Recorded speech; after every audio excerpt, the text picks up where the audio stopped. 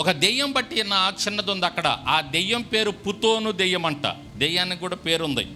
పుతోను అను దెయ్యము పట్టినదై సోదె చెప్పుడు చేత తన యజమానులకు బహులాభము సంపాదించుకొనుచున్నది. ఏమేం చెప్తుంది?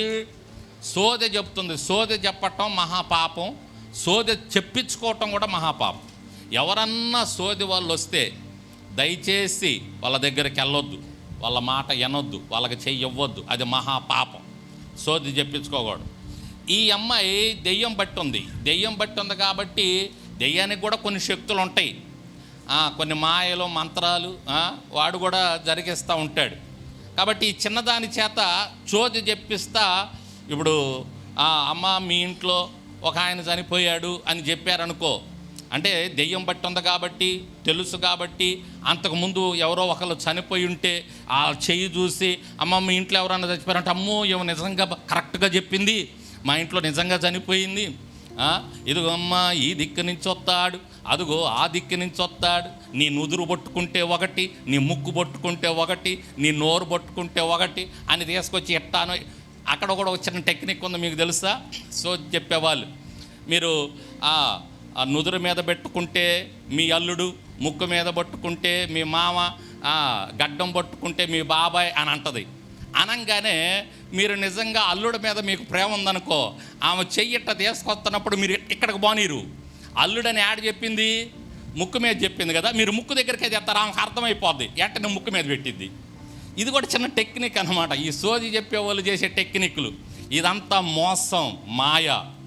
కాబట్టి సోది చెప్పించుకోవటం, చిలక ప్రశ్నలు చెప్పించుకోవటం, జాతకాలు చెప్పించుకోవటం, ఇవన్నీ కూడా అసలుకి దేవునికి విరుద్ధమైనవి, దేవునికి నచ్చనివి, దేవునికి ఇష్టం ఉండవు అవన్నీ కూడా. ఎందుకంటే ఆయన్ని పట్టుకున్నటువంటి బిడ్డలు అన్ని విషయాల్లో ఆయన నడిపిస్తాడు. దేవునికి స్తోత్రం. ఆయన నడిపించి అన్ని విషయాల్లో మనకి శాంతి సమాధానం ఇచ్చేవాడు ఆయన. ఈ చిలక ప్రశ్నలు, ఈ సోదులు కాదు. కాబట్టి ఈ సోది చెప్పే వాళ్ళ దగ్గర తప్పకుండా దెయ్యాలు తిరుగుతుంటాయి వాళ్ళ చుట్టూ, వాళ్ళలో దెయ్యాలు ఉంటాయి కాబట్టి వాళ్ళు దెయ్యాలు బట్టి ఉంటారు.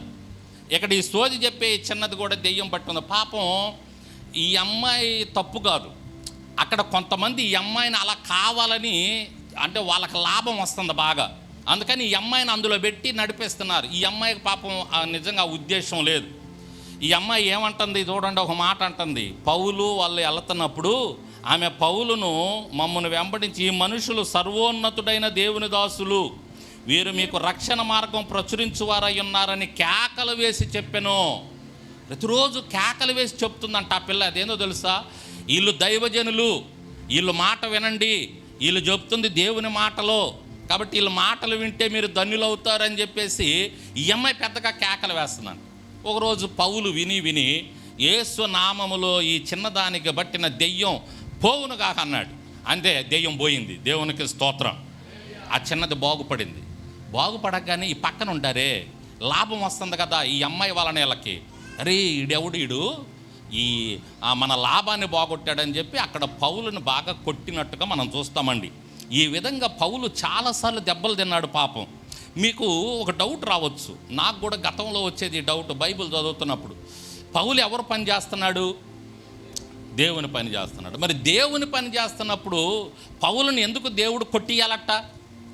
ఎందుకు కొట్టించాలండి? ఆయన పని కదా చేస్తుంది. మనం చూస్తూ వస్తుంటే నిన్న కూడా మనం చూసినట్టున్నాం, పౌలుని భయంకరంగా కొట్టారు. ఎంతగా కొట్టారు? చచ్చిపోయాడని ఊరి బయటకు లాగేశారంట. లాగినా కూడా పౌలు ఏం చేశాడు? తిరిగి వచ్చి మరలా సువార్త ప్రకటించాడంట. దేవునికి స్తోత్రం. అనేక మార్లండి, అందరికీ కాదు కానీ ఇది ఒక గొప్ప భాగ్యం. అదేంటంటే కొన్ని మార్లు దేవుని కోసం మనం నిందలు పడాలి, దెబ్బలు తినాలి. మీకు చూపించా, మత్తయి సువార్త 5వ అధ్యాయంలో ఏముంది? నా నిమిత్తము ఎవరైతే నిందలు పడతారో, బాధలు పడతారో, కొట్టించుకుంటారో వాళ్ళు ధన్యులు, వాళ్ళదే పరలోక రాజ్యం అన్నాడు. దేవునికి స్తోత్రం. కాబట్టి అందరికీ దొరకదు ఈ భాగ్యం కూడా. దేవుని కోసం తన్నులు తినే భాగ్యం అందరికీ దొరకదు. లవర్ అంటాడు లవర్తో, అయ్యో నా కోసం దెబ్బలు తిన్నావా అంటే, నీ కోసం నేను ఏమైనా తింటానంటాడు. అంటే ఏంది అక్కడ? ఒకరి కోసం ఒకరు ఆ ప్రేమ కలిగి ఉన్నప్పుడు ఒకరి కోసం ఒకరు ఏదైనా చేయడానికి ప్రయత్నం చేస్తారు, చివరికి చచ్చిపోవటానికి కూడా. కానీ ఈ లోకంలో ఇవి వ్యర్థం. కానీ దేవుని కోసం మనం అవసరమైతే ప్రాణాలు కూడా ఎడవటానికి ప్రయత్నం చేయాలండి. అది ఒక గొప్ప భాగ్యం మనకి. ఎందుకంటే వారు నిత్య రాజ్యాన్ని పొందుకుంటారు. ఇక్కడ కన్ను మూస్తే అక్కడ కన్ను తెరుస్తారు. హల్లెలూయా. కాబట్టి పౌలయ్య గారిని అనేక మార్లు కొట్టారు, అయినా కూడా ఎక్కడ వెనతిరగల. నా యేసయ్య కోసం తన్నులు తింటాను, ఇది నాకు ఒక గొప్ప భాగ్యం అనుకున్నాడు ఆయన. అలా తన్నులు తిన్నాడు.